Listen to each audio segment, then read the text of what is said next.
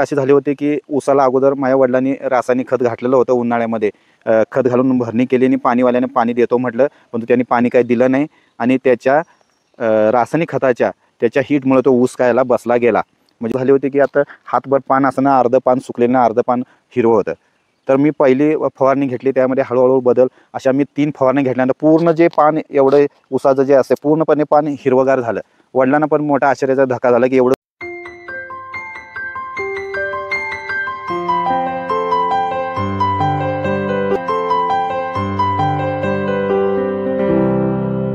नमस्कार, मी राहुल टोपले, संस्थापक मिशन ऑर्गॅनिक. शेतकरी मित्रांनो, गेली अनेक वर्ष नैसर्गिक आणि पारंपरिक शेती संदर्भात आम्ही ग्राउंड लेवलला जे काम करतो आहोत, हे काम करत असताना आम्हाला देखील खूप चांगले वाईट अनुभव आले. आम्ही ज्या गोष्टींचं मार्गदर्शन आमच्या शेतकरी मित्रांना करतो आहोत, सगळ्यांनाच ते पटतं रुचतं असं नाही. काही लोकांना ते अत्यंत अवघड वाटतं किंवा त्या शास्त्रावर लोकांचा विश्वासही नाही. पण याच्या उलट काही शेतकरी आमच्याबरोबर अत्यंत प्रामाणिकपणे कष्टपूर्वक काम करत आहेत. आता आजच्या व्हिडिओमध्ये तुम्हाला हा जो शेतकरी भेटणार आहे तो आहे अजित हरेर. कोल्हापूर जिल्ह्यातील हा शेतकरी आहे आणि मिशन ऑर्गॅनिकमध्ये माझ्याबरोबर काम करणारा तो माझा सहकारी देखील आहे. पण पहिल्यांदा तो शेतकरी आहे आणि आज मिशन ऑर्गॅनिकमध्ये काम करायच्या आधी त्यांनं मिशन ऑर्गॅनिकच्या नैसर्गिक आणि पारंपरिक शेती तंत्राला स्वतः समजून घेतलं, त्याचा अनुभव घेतला आणि त्याचा प्रयोग त्यानं स्वतःच्या शेतामध्ये केला.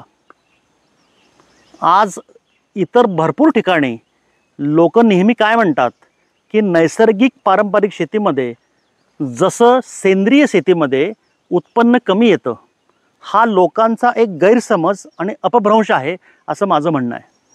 कारण नैसर्गिक शेती केलेला हा शेतकरी आज तुम्हाला त्याचे स्वतःचे अनुभव तुम्हाला सांगेल. रासायनिक शेती करत असताना त्याच्या शेताची स्थिती काय होती, उत्पन्न कुठली घेत होता आणि त्याला त्याचा रासायनिक शेतीतला अनुभव काय होता, ह्या चांगल्या वाईट गोष्टींचं विश्लेषण आज तो या व्हिडिओतून तुमच्यासमोर करणार आहे. आणि गेली 2 ते 3 वर्ष त्यानं रासायनिक शेतीची का सोडली आणि मिशन ऑर्गॅनिकच्या नैसर्गिक आणि पारंपरिक शेती तत्वानं काम सुरू केलं. पण शेती सोडली म्हणताना पहिल्यांदा त्यानं ट्रायल केली 2 गुंठ्यावर. त्याच्या शेतीमध्ये त्यानं 2 गुंठ्यावर आमच्या मार्गदर्शनाखाली नैसर्गिक शेती करण्याचा प्रयत्न केला. आणि जेव्हा हा बदल होता ना, तेव्हा तो सुद्धा साशंक होता, त्याच्या मनामध्ये सुद्धा संभ्रमावस्था होती. पण त्याला आम्ही जे सांगितलं की तू ट्रायल करून बघ आणि ह्या ट्रायलमध्ये तुला कुठले अनुभव येतात याचं निरीक्षण आणि तू अभ्यास कर. मित्रांनो, मी नेहमी सांगतो की कुठल्याही प्रकारची शेती करत असताना तुमची जी जमीन आहे ती जमीन ही सकस हवी, म्हणजे त्यातला सेंद्रिय कर्ब हा वाढलेला असला पाहिजे. प्रत्येक शेतकऱ्याला माझं सांगणं असतं की जसं तुमचं माझं आरोग्य आहे तसं शेतीचं सुद्धा आरोग्य आहे, जमिनीचं सुद्धा आरोग्य आहे. याच्याकडे माझ्या कष्टकरी शेतकरी मित्राचं लक्ष नाही आहे. ज्या पद्धतीनं तुम्हाला शेतामधून फायदा हवा आहे, भरघोस उत्पन्न तुम्हाला घ्यायचं आहे, त्यासाठी माझ्या शेतातली जमीन ही योग्य आहे का हे पहिल्यांदा तुम्ही बघितलं पाहिजे. आणि त्यासाठी सर्वप्रथम जमिनीचं मृदू परीक्षण करून घेतलं पाहिजे. ह्या मृदू परीक्षणामध्ये तुमच्या जमिनीमध्ये काय आहे काय नाही हे सगळं आपल्याला कळेल. त्यानंतर त्या जमिनीतील नसलेल्या गोष्टी वाढवायच्या कशा, नैसर्गिक पद्धतीने त्याच्यामध्ये कुठल्या कुठल्या प्रकारचं रूपांतरण करायचं याचं मार्गदर्शन आम्ही करतो. आणि त्या प्रकारच्या जमिनीला कुठलं पीक चांगलं येऊ शकेल हे सुद्धा आम्ही तुम्हाला मार्गदर्शन करतो. तर ह्या सगळ्या प्रवासामध्ये आमचे हे जे काय प्रगतशील आणि प्रयोगशील शेतकरी आहेत, अजित हरेर यांचा या प्रकारच्या नैसर्गिक शेतीमधला अनुभव काय आहे, मिशन ऑर्गॅनिककडून ते काय शिकले आणि त्यांच्या आयुष्यामध्ये शेतामध्ये कुठल्या प्रकारचा बदल झाला, हे आज ते तुम्हाला त्यांचा अनुभव सांगणार आहेत.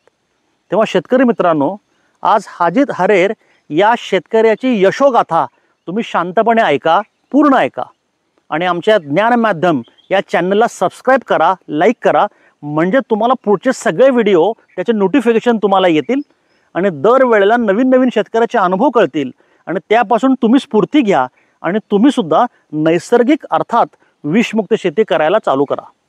आपण सुरू करूया. आज मी जास्त बोलणार नाही, कारण आज या कष्टकरी शेतकऱ्याचे शब्द तुम्हाला ऐकायचे आहेत. त्यामुळे त्याच्या तोंडातून तुम्ही ऐका की रासायनिकमधून नैसर्गिकमध्ये कडे जातानाचा मार्ग, याचा अनुभव याचा कसा आहे आणि यातून ते काय शिकले हे आपण समजून घ्या. नमस्कार अजितराव. नमस्कार.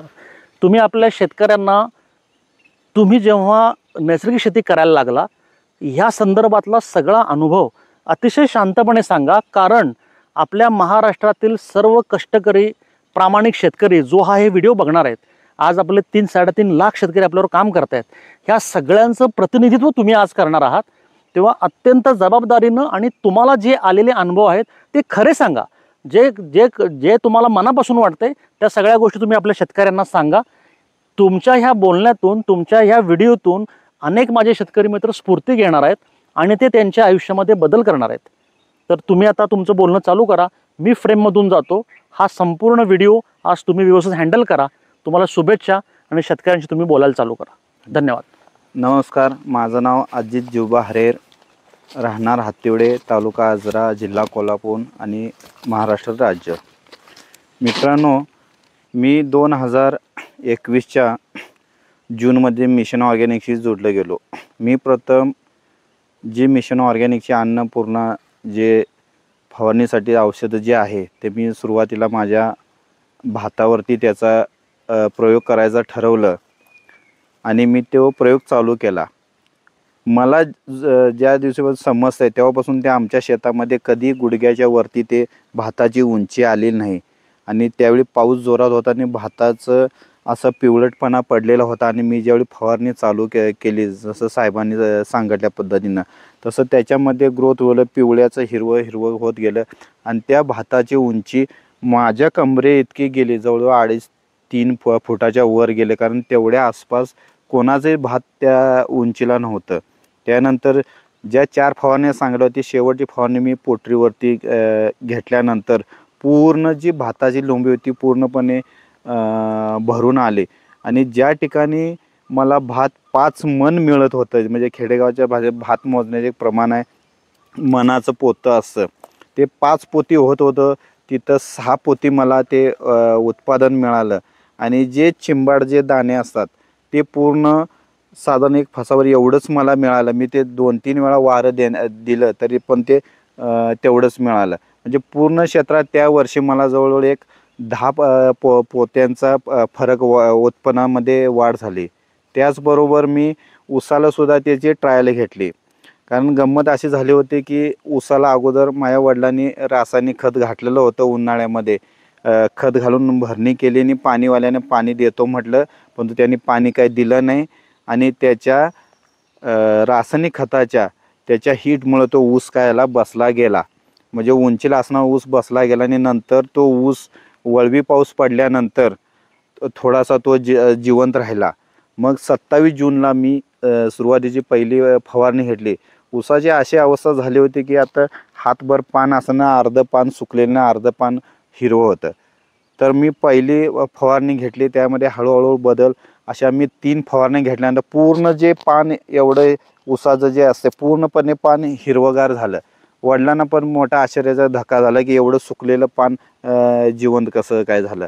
आणि ऊस एका लेवलनं झाला. 10 गुंठ्याला साधारण एक 10-12 टन निघत होतं. त्या वर्षी जवळजवळ तो 16 टनाचं मला ॲव्हरेज मिळालं फक्त अन्नपूर्णाच्या फवारणीमध्ये. त्यानंतर ऊस तुटला, नंतर भूसुधारक मी दिलं, तसं जमिनीमध्ये जसं सांगलं जमीन जशी भुसभुशीत होते तर त्या पद्धतीनं जमिनीमध्ये फरक दिसायला चालू झाला. मग ते घरच्यांना पण कळायला लागलं की बाबा रासायनिकपेक्षा ह्या 2 औषधावर कशा पद्धतीनं ती त्याच्यामध्ये वाढ होते, त्याच्या पेरांची लांबी वगैरे. त्या वर्षी जिथं माझ्या शेतामध्ये 10च पेरांची उंची यायची, त्यावेळी जवळ 22 पेरांची उंची गेली, म्हणजे 10 पेरं वाढली गेली. टनेजमध्ये पण वाढ झाली. त्याचबरोबर मी ह्याचा प्रयोग काजूच्या झाडांना पण केला, कारण हा आमचा आजरा भाग जो आहे हा डोंगराळ तालुका आणि जादा प्रजनमानाचा तालुका म्हणून ओळखला जातो. कारण भारतामध्ये चेरापुंजीनंतर आमच्याकडे 2 नंबरचा हा पाऊस या तालुक्यात पडतो. तर काजूला पण त्या पद्धतीनं मी एक फवारणी घेतल्यानंतर जे काजूचे जे घस असतात तेच चांगल्या पद्धतीनं काजूची लहान साईजमध्ये वाढ झाली. त्याच्यामध्ये वजनामध्ये झाली. म्हणजे जिथं मला साधारण 30-40 किलो काजू सापडे त्यावर्षी ते जवळ 80 किलोच्या आसपास मला त्याचं उत्पन्न मिळालं. जसं मी केलं तसं माझ्या नातेवाईकांना पण मी सांगितलं. मग माझ्या मावशीचा ऊस होता, त्यांचे लागण केलेली होती. तर त्यांना पहिल्या वर्षी लागणीला 7 गुंठ्यामध्ये 3 टन ऊस मिळाला होता आणि तिथं 10 पेराच्या वर कधीच त्यांच्यामध्ये ऊस मिळत नव्हता. तर तिथं आम्ही ते अन्नपूर्णा भूसुधारचं तिथं वापर केला आणि आम्हाला ते खोडव्याला जवळजवळ 7 गुंठ्याला 3 टन ऊस निघालेला. तो 10 टनाचा उत्पादन आम्हाला मिळालं आणि पेराची संख्या जवळजवळ जी 10 पेरं होती ती 30, 32, 35 पेरापर्यंत ऊस गेला. आणि सगळ्यात मोठी आश्चर्याची गोष्ट त्यामध्ये झाली की ऊस आम्ही तो 4.25 किलोचा ऊस झाला आणि आम्ही त्याचा तो 29 पेराचा ऊस आम्ही आणला आणि त्याचं वजन केल्यानंतर तो 4.25 किलोचा पडला. आता सरासरी एखादा ऊस रासायनिकचा जर असेल तो आपण तुटल्यानंतर 1 दिवस जरी आपल्या शेतामध्ये राहिला तर त्याच्या वजनामध्ये घट होते. परंतु ह्या मिशन ऑर्गॅनिकचे अन्नपूर्णा आणि भूसुधार वापर केल्यानंतर ऊस तुटून 3 दिवस झालं तरी 1 ग्रॅमसुद्धा त्याचं वजन घटलं नाही. मग जो 20 आम्ही नोव्हेंबरला ऊस तुटून आणला होता, रोज त्याचं वजन केलं. 1.5 महिन्यानंतर फक्त त्याच्यामधला 1.5 किलोचं वजन त्याच्यामधलं कमी झालं. म्हणजे लक्षात घ्या, रासायनिकचा जर ऊस असेल तर तो 1-2 दिवसामध्ये त्याच्या वजनामध्ये अर्धा ते 1 किलोचा डिफरन्स पडतो. परंतु ह्या पद्धतीमध्ये नैसर्गिक पारंपरिक पद्धतीमध्ये जर आपण गेलं तर कमीत कमी 3 दिवस तरी ते वजन घटत नाही. आणि तसं बघायला गेलं तर 3 दिवस कुणाचा ऊस तसा तुटून राहत नाही. म्हणजे ह्याच्यात फायदा काय झाला की वजनामध्ये त्याचे घट नाही झाले. परत जमिनीमध्ये सुधारणा झाली. आता रासायनिकमध्ये काय झालं आहे की रासायनिकचा आपण मारा करतो त्यावेळी जमीन जी आहे ती आत्ता सध्या घट्ट झालेली आहे आणि पाण्याचा अतिरेक वापर त्यामुळं जमिनीमध्ये पाणी मुरण्याची जी क्षमता आहे ती कमी कमी होत झाली. आणि ह्या पद्धतीमध्ये कसं होतं, आता समजा तुमचा अर्धा एकर असेल तर कमी कमी 2000 लिटर त्याला भूसुधार सोडलं पाहिजेत. त्यातलं 50% ज्यावेळी तुम्ही सोडता 1000 लिटर त्यावेळी ती जमीन हळूहळू तुमची सॉफ्ट व्हायला चालू होते. कारण त्याच्यातले जे जीवाणू आहेत जे 72 प्रकारचे ते संस्थेने सांगितलं आहे की बाबा त्याच्यामध्ये 72 प्रकारचे जीवाणू आहेत आणि मग ते सुरुवातीला ते जे जमिनीतले अनावश्यक घटक आहेत ते खाऊन जमीन सॉफ्ट करतात. तर त्या पद्धतीचं माझ्या जमिनीमध्ये आणि आमच्या मावशीच्या जमिनीमध्ये तो बदल व्हायला चालू झाला. आणि नंतर हळूहळू मग ते ऊसांच्या मुळांची लांबी वाढणं, तर त्याच्यामध्ये पेरांची लांबीसुद्धा वाढायला लागली. म्हणजे उत्पन्नात तो भर वाढत गेला. आणि त्याचबरोबर मी सुद्धा मिशन ऑर्गॅनिक काम करत असते. वेगवेगळ्या पिकामध्ये पण गेलं, मिरची, वांगी. आता मिरची, वांगी जे भाजीपाला वर्गीय आहे त्याला तर चव अशी होते की आत्ता सध्या जे बाजारामध्ये भाजीपाला येतो हा रासायनिक खतं मारलेला भाजीपाला येतो ना. त्याला कोणत्याही प्रकारची चव आहे, उलट ते आरोग्याला सुद्धा घातक आहे. आणि आम्ही ज्यावेळी वांग्याला स्वतः मी घरात सुद्धा त्याचा प्रयोग केला. माझ्या परड्यामध्ये गावाकडं कसं त्याला आपण परडं म्हणतो रिकामी जागेत, तर त्यामध्ये वांगी, मिरची, पालक ह्याला तो प्रयोग केल्यानंतर त्याची चव इतकी बदलली. मिरची जरी आता आपण वडापाव खाल्लं तर वडापाववर 4-4 मिरच्या आपण खाल्लो, परंतु मी त्या एका मिरचीचा देठ खाल्ला तर मी तासभर हायवू करायची अशी अक्षरशः वेळ आली होती. म्हणजे एवढा तिखटपणा वाढला, वांग्यामध्ये चव बदलली. आज आपण बाजारातून वांगे आले तर त्याला चव नाही. कोथिंबीरला पण चांगल्या पद्धतीनं चव आली. अशा म्हणजे भाजीपाल्याला पण त्याची चव चांगली आली.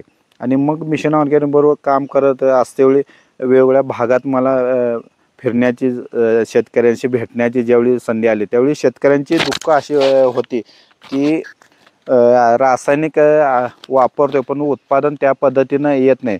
न येण्याचं एक मुळात कारण जर झालं तर रासायनिकचा जमिनीवर झालेला अतिरेक वापर.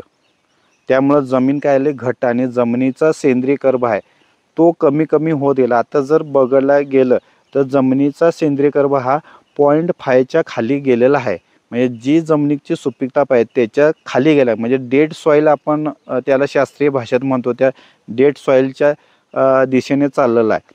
आज ऊसाचं जे पीक आहे हे सगळ्यात पाणी खाणारं पीक आहे.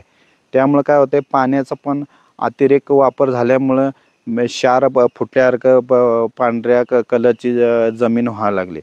तर हे जर भूसुधारक जर आपण जमिनीमध्ये जर वापरलं तर सगळ्यात महत्त्वाचं म्हणजे काय होतं आहे, कुठलंही बघा, आता मी माणसाचं शरीर आहे, जर माणूस जर निरोगी असेल तरच तो शेतामध्ये काम करणार आहे आणि तो फिट राहणार आहे. तसंच शेतीचं आहे, जर शेतीमध्ये आपल्याला चांगलं उत्पन्न यायचं तर शेतीचं आरोग्य हे महत्त्वाचं आहे. मग आता सध्या बाजारामध्ये वेगवेगळ्या प्रकारची औषधं आलेली आहेत जी ऑर्गॅनिक म्हणून विक्री केली जातात आणि ते शेतकऱ्यांना अशा पद्धतीनं सांगितलं जातं की आज तुमची जी जमीन आहे ती 10 वर्ष 15 वर्ष ही रासायनिक खतं खाल्लेली आहे आणि ती जमीन जर ऑर्गॅनिक व्हायला कमीत कमी 3 वर्षे जातात.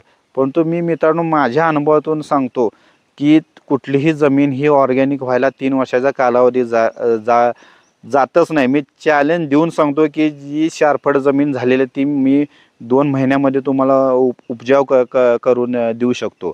त्याला फक्त भूसुधारक जर आपण जमिनीत सोडलं तर ती जमीन आपण 2 महिन्यामध्ये मित्रांनो उपजाव करू शकतो. त्यामधून काय फायदे होतात आपल्याला की त्या जमिनीचा सेंद्रिय कर्ब तर वाढायला मदत होते. तर त्या जमिनीतलं जे पाण्याचा ॲपटेक म्हणजे पाणी शोषून धरण्याची जी क्षमता आहे ती वाढायची कळते. कारण जमीन सच्छिद्र झाली पाहिजे, जमिनीत तुमचं पाणी शोषून धरण्याची ही क्षमता झाली पाहिजे. त्याचबरोबर अल्कलाईन प्रमाण जे आहे जमिनीतलं कॅल्शियम जे आहे ते पण पाहिजे. आता कॅल्शियमसाठी आपण वेगवेगळ्या प्रकारची औषधं आणून जमिनीला वापर करतो. तर मित्रांनो तुम्हाला कोणतीही दुकानातून आणून कॅल्शियम असेल किंवा सिलिकॉन असेल जे ऊसांच्या मुळासाठी जे लागणारं ते कोणतंही आणायची गरज नाही मित्रांनो. जर तुम्ही भूसुधारकचा जसं शेड्यूल तुम्हाला दिला त्याचा जर आपण काटेकोरपणे जर वापर केला तर जमीन मित्रांनो तुमची 2 महिन्यात चांगल्या पद्धतीची उपजाव होते. आणि हे तुम्ही सलग जर एक 5 वर्ष जर तुमच्या शेतामध्ये तुम्ही करत गेला तर कितीही तुमची म्हणजे मुरमाड जमीन असू दे, खडकाळ जमीन असू दे, तर ती जमीन एकदम सॉफ्ट होऊन तुमचं उत्पादन चांगल्या पद्धतीने करते. म्हणजे उत्पादन खर्चामध्ये पण मित्रांनो त्याच्यामध्ये तुमची बचत. आता रासायनिकमध्ये आपण बघितलं एकरी ऊसाचं जर 40 टन काढायचं म्हटला तर आज रासायनिक खर्च मित्रांनो जवळजवळ 70,000. आज 70,000 कसा जातो, आज आपण त्याला शेणखत वापरतो. आज शेणखताची 1 ट्रॉली आणायचं म्हटलं साधारण 8,000 रुपये खर्च आहे. म्हणजे 5 ट्रॉल्या जर एकरी झाल्या तर 8-45 40,000 तिथंच खर्च झाला. त्याचबरोबर तुमचं रासायनिक खतं आलं, मग ते DOP असेल, लागवड असेल, युरिया असेल, ही साधारण एक तुमचे 25,000 ते 60-65,000 रुपये झाले. आणि परत तुमचे खुरपणी सगळ्यात विषय तुम्हाला मित्रांनो सांगायचा राहिला की ज्यावेळी आपण भूसुधारक जमिनीमध्ये वापरतो त्यावेळी तुमचा खुरपणी भांगलणीचा मित्रांनो खर्च कमी होतो. तर तो ही सगळ्यात मोठी आश्चर्यकारक गोष्ट शेतकऱ्यांना वाटते. तर जे आपलं तण शेतीत येतं त्या 100% मधले 70% त्याच्यामध्ये तणामध्ये मित्रांनो कंट्रोल होतं आहे. म्हणजे एकरी त्याचं 4,000 जे प्रमाण आहे ते तुम्ही सोडायला चालू केल्यानंतर 50% ज्यावेळी तुमचं भूसुधारक म्हणजे 2,000 लिटरच्या आसपास ज्यावेळी तुमच्या जमिनीत जातं त्यावेळी हळूहळू ते तण कमी व्हायला लागतं. परंतु तोपर्यंत जे सुरुवात आपण करतोय आणि 2,000 लिटर जाईपर्यंत जे काय तण येतं ते काढावं लागतं. त्यावेळी तुम्हाला एक अनुभव येतो की जे तण आपलं असतं आपण रेग्युलर काढायला जातो त्यावेळी ते तुटून येत असतं. परंतु ह्या पद्धतीमध्ये कसं होतं पूर्णपणे सॉफ्टपणे ते निघून येतं. आणि ज्यावेळी तुमचं 4,000 लिटर पूर्ण तुम्ही करताय तर ते राहिलेलं 30% जे तण आहे ते काढून आपण ते त्या ऊसाच्या सरीमध्येच टाकायचे. कारण ते जे जीवाणू 72 प्रकारचे आहेत तर त्यांचं ते खाद्यच आहे. त्यामुळं काय होतं आहे की ते जीवाणू त्या तणांचं खाद्य करा. म्हणजे त्यामध्ये काय काय गोष्टी बचत होत्या शेतकऱ्याच्या. ना तुमचं रासायनिक खत नाही, ना तुमचं कुठं तणनाशक नाही, ना कीटकनाशक तुम्हाला मारायची गरज नाही. तुमचा खुरपणीचा खर्च वाचतो. माझ्या स्वतःची तुमची शारीरिक मेहनत कमी होते. म्हणजे ह्या जर सगळ्यांचा जर आपण अभ्यास जर मित्रांनो केला तर हे औषधं जी आहेत ती तुम्हाला फ्री ऑफ कॉस्टमध्येच मिळाल्यासारखे आहेत. म्हणजे एकरी जो 75,000चा खर्च येतो तो मित्रांनो इथं तुम्हाला ऊसाला एकरी 18,000 रुपये खर्च येतो. म्हणजे 75,000 कुठे आणि 18,000 कुठे, हा झाला ऊसाच्या पद्धत. आज आपण मित्रांनो भाजीपाला आपण विकत बाजारातून आणतो. आज अशी परिस्थिती आहे की जे भाजीपाला करतात रासायनिक पद्धतीने, आज त्यांची मी स्वतः बघितलेली पद्धत जी आहे ती स्वतः खाण्याला बिना फवारणीचं वापरतात आणि विक्रीसाठी ते फवारणी त्यांना करतात. आज मित्रांनो कॅन्सर सारखा रोग बघा, पूर्वी कुठंतरी एखादा पेशंट मिळायचा. आता आमच्या भागात म्हणाल तर मुंबईला राहणारी लोकसंख्या ज्यादा आहे आमच्या भागातली, तर त्याच एखाद्या कुठल्या तरी गाववाल्याला कॅन्सर झाला की समजा कॅन्सर. पण तो आज इथं कॅन्सर सेंटरचे बोर्ड आमच्या गावागावात तालुक्याच्या मेन चौकामध्ये लागलेत. म्हणजे कॅन्सरचं हे प्रमाण वाढलं आणि हा काय हवेतला पसरणारा हा काही आजार नाही आहे मित्रांनो, जे आपण रासायनिक वापरतो. आणि रोज आपण मित्रांनो चमच्याभर हे विष आपल्या पोटातून जायला, मग ते वेगवेगळ्या पद्धतीनं आज तणसुद्धा वाढायला मित्रांनो, जे रासायनिक आपण त्या रासायनिक खतातूनच यायला लागलेत. आणि हे सगळ्यात मोठं एक रॅकेट आहे मित्रांनो. मी आज हे तुम्हाला जे सांगितलं हे मी स्वतः अनुभवलेलं आहे, त्यातूनच हे मी तुम्हाला सांगितलं. आता कसं वाटतं टेक्निकली, कारण माझं जे शिक्षण आहे हे टेक्निकल आहे, पण मी माझे घरची वडिलोपार्जित शेती असल्यामुळं जे काय माझ्याकडे नॉलेज होतं त्याचा वापर हे करून गेला. मी स्वतः हे बाहेर अनुभवल्यामुळं मी तुम्हाला मित्रांनो सांगत आहे. आज जर आपल्याला चांगलं जर उत्पादन घ्यायचं असेल तर आपण ह्या मिशन ऑर्गॅनिक जी औषध आहेत त्याचा आपण वापर केला पाहिजे. आणि सशक्त आणि जे मिशन ऑर्गॅनिकचे जे ब्रीदवाक्य आहे ते सशक्त आणि सदृढ भारताचे जे स्वप्न आहे ते जर आपल्याला साध्य करायचं असेल तर ह्या पद्धतीचा नैसर्गिक पारंपरिक पद्धतीचा मित्रांनो अवलंब करा. आणि आपण ह्याच्यातून कसं जास्तीत जास्त उत्पादन आपण मिळवता येईल ते मिळवण्याचा प्रयत्न करा. जसं मी आज मिळवलं आहे तसं तुम्हीही ते मिळवायचा प्रयत्न करा, अशी मी तुम्हाला विनंती करतो आणि इथं थांबतो. जय हिंद, जय महाराष्ट्र.